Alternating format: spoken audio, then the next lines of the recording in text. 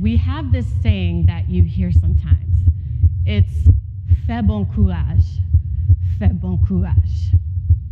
The literal translation is make good courage.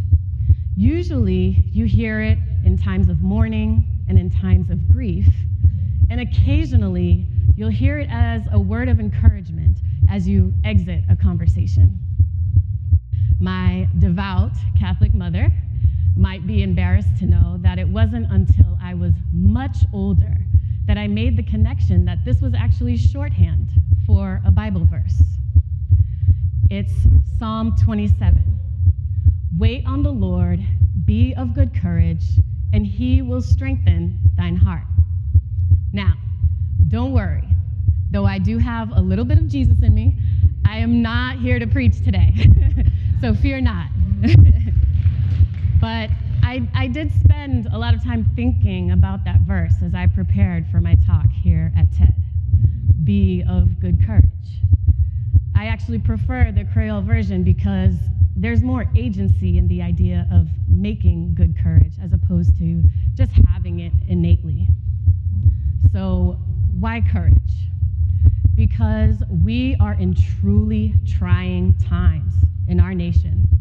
Our political climate and leadership are completely polarized. Poverty is increasing, and everyone can feel that we are in some kind of a fight. And we are.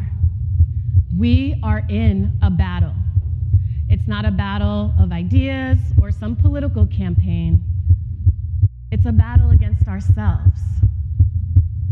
The data tells us inequality has reached historic highs, where 400 people have more wealth than half of the nation combined. That's 155 million people. Let me say that again. 400 people have more wealth than 155 million people all together. And I don't even think that that is where the real fight is happening. There's another layer of wealth inequality that I want to talk with you about today. It's why I'm here. It's called the racial wealth gap. The racial wealth gap is the difference in net worth between white households and households of color. White households have 13 times the wealth of African American households and 10 times the wealth of Latino households.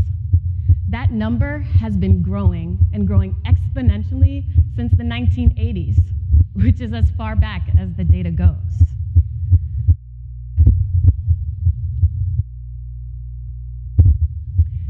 So, we didn't get to this glaring race disparity by accident, right? We have this thing in our country. It's called racism.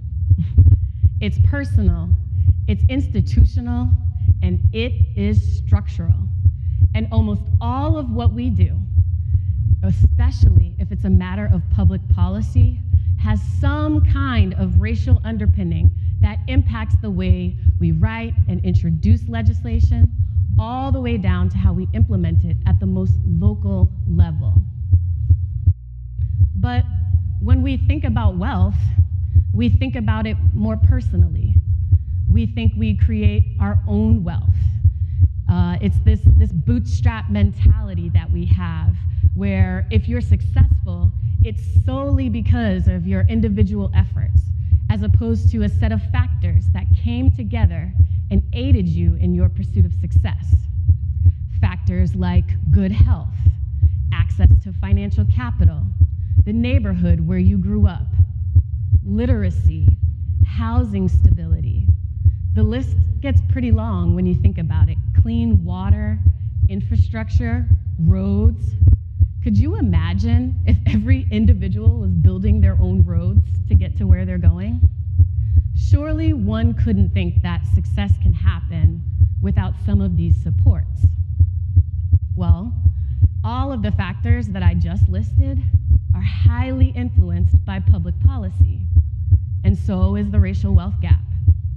We can trace back to the founding of this nation and name all of the ways that policy has shaped who is allowed to build wealth. We can start with slavery. Remember, 400 years of forced unpaid labor forced on African Americans? Then there was Jim Crow. Then there was the GI Bill, which excluded African Americans from the opportunity to pursue higher education and purchase a home.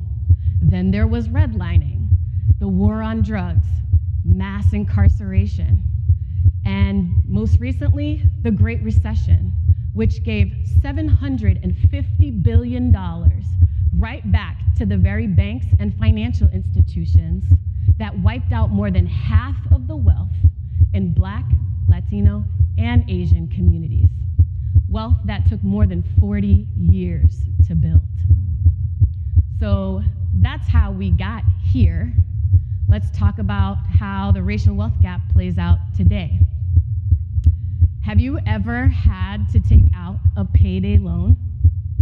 These are small dollar loans where we've seen interest rates upwards of 456%. These loans are specifically designed to be unpayable. Companies are banking, get the irony there, they're banking on their customers not being able to pay these loans back on time and having to roll it over into another loan in order to stay afloat.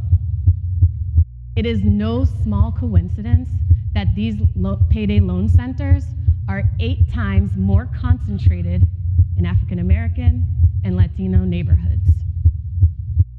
Okay, let's talk about student loans. We are in a student loan crisis. $1.2 trillion and counting in student loan debt. We know that students of color take out more loans to cover their tuition, so they're paying more in interest, especially if it's a private loan. And ultimately, the income disparities across race, they remain even after pursuing higher education. And so let's talk about our justice system. And I'm gonna take a minute here because our justice system, to me, is one of the most glaring ways in which we put people of color into financial hardship. Court-imposed fines and fees are at $50 billion nationwide, and that number is also growing. These fees take various forms: traffic tickets, child support debt, juvenile detention fees, probation fees, ankle monitoring fees, loitering citations. The list goes on and on and on. In the state of California, which is where I live, there are over 4 million people who have had their driver's licenses suspended because of an unpaid traffic ticket. So let's just think about this. If you can't drive, you can't get to work. If you can't get to work, how are you supposed to pay this traffic ticket? Communities of color, they are charged more often, and they are charged larger amounts. There's a study that shows that in any given city, the larger the African American population, the more reliant on revenue that that city is from fines and fees. Those of us who are working on this in the field, we've found that in many cases, more is being spent trying to collect on these fees than what's actually taken in. So it becomes an arbitrary process that is essentially just trying to pull blood from a rock. Our justice system is funneling poor people, and especially people of color, in and out of courtrooms and prisons. And it's all for the sake of a financial transaction. In the process, we are losing so much more.